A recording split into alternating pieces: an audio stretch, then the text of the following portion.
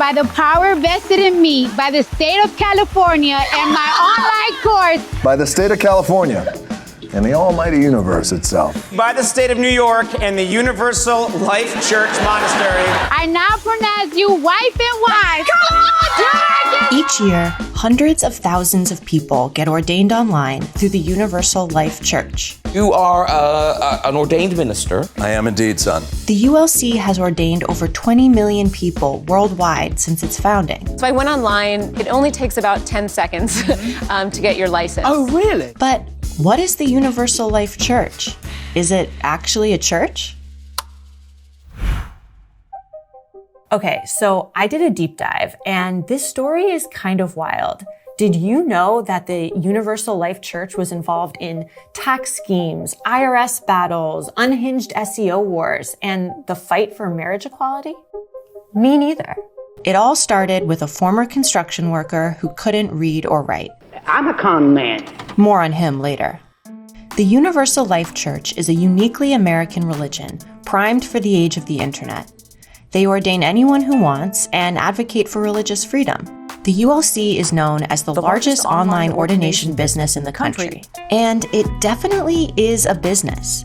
Ordination is free, but the ULC also sells certificates, church robes, holy water, clergy parking passes, badges. I have a card to prove it. And your name is on it. Yeah. I got a badge, a certificate. I might have paid for a little extra. Even honorary doctoral degrees. I became a doctor in 7 days online. It's the Universal Life Church, Doctor of Motivation, with my name. Recently, some people have used online ordination to claim religious exemption to COVID mandates. But the main reason people get ordained is to officiate weddings for friends and family. Legally, you can't just have a friend marry you. Most states have laws that require either a licensed clergy person or a judge or legal person in order to marry somebody. Andrew Cherlin is a sociologist who studies marriage. He says the popularity of the Universal Life Church makes a lot of sense. Marriage has changed greatly in the U.S. over the last 50 years. It used to be that marriage was the first step in adulthood. Now, for many people, it's almost the last step in adulthood. The average age of marriage in the U.S. has been steadily increasing since 1960.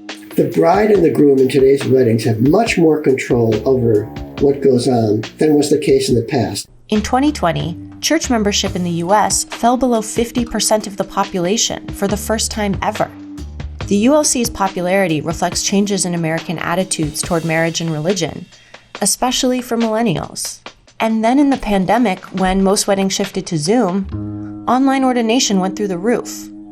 So I'm going to become a minister. Now, I could apply to divinity school and spend years studying theological texts, but why would I do that when the Universal Life Church can ordain me in 30 seconds? Don't believe me?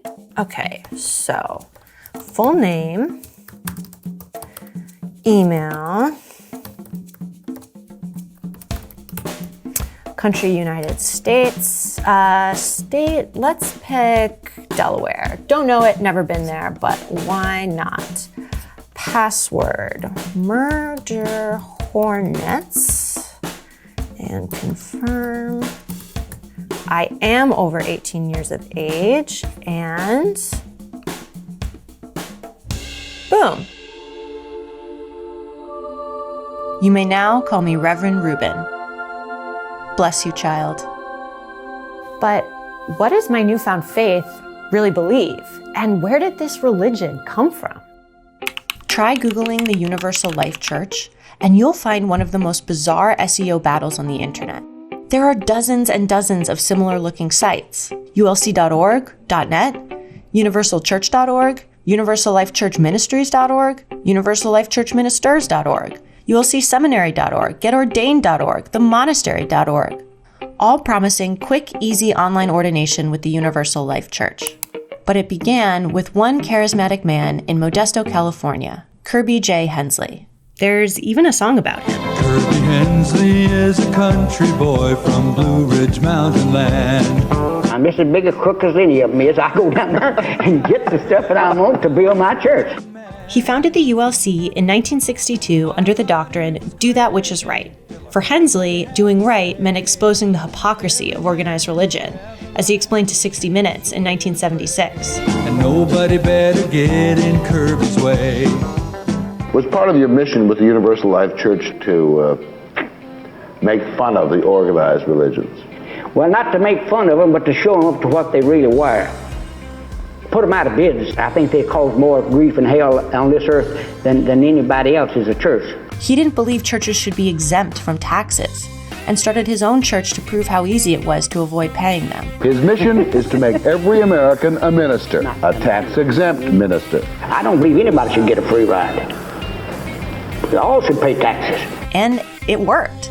Soon, thousands of people around the country were writing in to become ordained and start their own tax-exempt Universal Life churches. And many realized becoming a minister might get you out of more than just taxes. Brother Pryor invested in me by the state of California in the Universal Life Church. I ordained you a minister. Will you walk over with me to the draft board? Well, he wants to know if you'll walk with him to the draft board. But notoriety brought attention from the IRS, who started an investigation into the church. I just want everybody to get off my back and give me a little room to do my thing. The IRS accused the ULC of being a tax scheme, not a religious organization. The agency revoked the church's tax-exempt status in 1984, kicking off a years-long legal battle. It ended in 2000 with the ULC agreeing to pay $1.5 million in back taxes without admitting fault. According to Kirby's son Andre, the IRS agreed not to pursue another action against the church for at least 25 years. Andre took over church leadership after Kirby died in 1999. You shouldn't be denied because your minister didn't go to a certain seminary or do a certain number of hours of class training. And that's what the IRS is trying to say now. The IRS should not be involved in the religious part. Fun fact, he also appeared on an episode of The Simple Life in 2006. Have you ever thought about doing a service yourself, becoming ordained? But that's not the end of the story. Hi, I'm Amy with the Universal Life Church Seminary. One of the most common questions that I have been asked as of late has to do with the changes in the various Universal Life churches. In 2006, there was a split in the Universal Life Church, and that happened with the monastery. Okay, bear with me here because this is where the story gets kind of confusing. The monastery was a private club founded in Seattle in 1977 by a man named George Freeman. It operated as a part disco, part youth counseling center. We danced, we decided we'd be a church, we stayed in an assembly and had a charter with Universal Life Church. The club part of the monastery closed in 1985, but it remained an official branch of the ULC, operating as a religious organization and sending ordination records to HQ in Modesto. But tensions grew over the years, and the Seattle group separated from Modesto in 2006. Modesto accused the monastery of stealing its website and its business. The monastery accused Modesto of financial misdeeds, with Freeman alleging it was operating as a Ponzi scheme. Modesto didn't respond to our request for an interview. There's a lot of stuff that's been put on various sites about us that just isn't true, as well as Andre. They're there doing what they've done all the years. I don't see any good works coming out of there. There is deep-seated resentment on both sides, which is why they're competing for web clicks, buying up hundreds of similar-looking domain names in the quest for ultimate ULC dominance. Freeman is now the presiding chaplain of the Universal Life Church Monastery, which seems to be winning the SEO war. He says that they're now the biggest ULC branch in the country.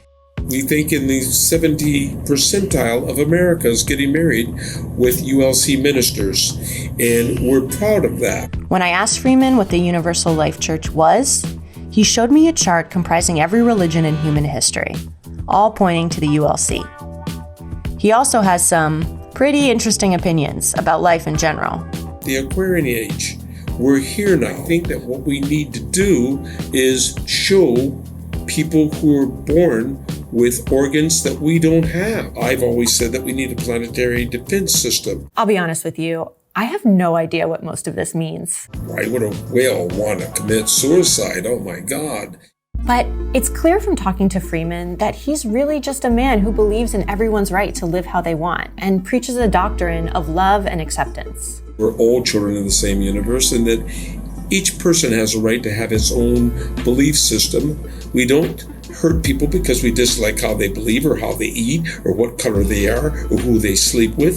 For the record, Freeman says the ULC monastery does pay taxes. We'll send you and hope that when you get ordained, you'll buy one of our religious books, and we roll that money back over to pay for the attorneys. We weren't able to verify how much of their profits go to legal fees, but safe to say it's a lot. The Universal Life Church Monastery has filed dozens and dozens of lawsuits against state and local governments who challenge the validity of online ordinations. In 2019, Tennessee passed a bill effectively banning ministers ordained online.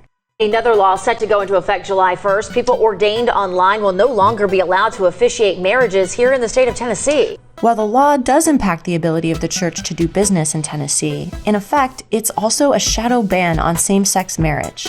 There are some religious officials who won't officiate at a same-sex marriage. So for some couples, the availability of a Universal Life Church minister is a way to find somebody who will marry them, when otherwise it might be hard. If they pass this law, it's just going to make it much, much harder for same-sex couples to get married in this state. The Universal Life Church Monastery sued. We've tried to make a legal case that you cannot say to somebody you can't get married in our state. They won an injunction in district court, so the law isn't in effect yet. But Tennessee appealed. The case was heard by the Sixth Circuit in December, and a decision isn't expected until later this year. If it doesn't go the way they hope, Freeman assured me they'll take their fight all the way to the Supreme Court. We are warriors. Let's get real. Okay? We have made it a point to fight for ministers, to fight for people's rights, and that fight nowadays is in the courts. So maybe, despite all the sketchiness, the ULC is a crucial part of marriage in the US, allowing anyone, whoever they are, to join one of America's most sacred institutions and finally achieve that last step into adulthood.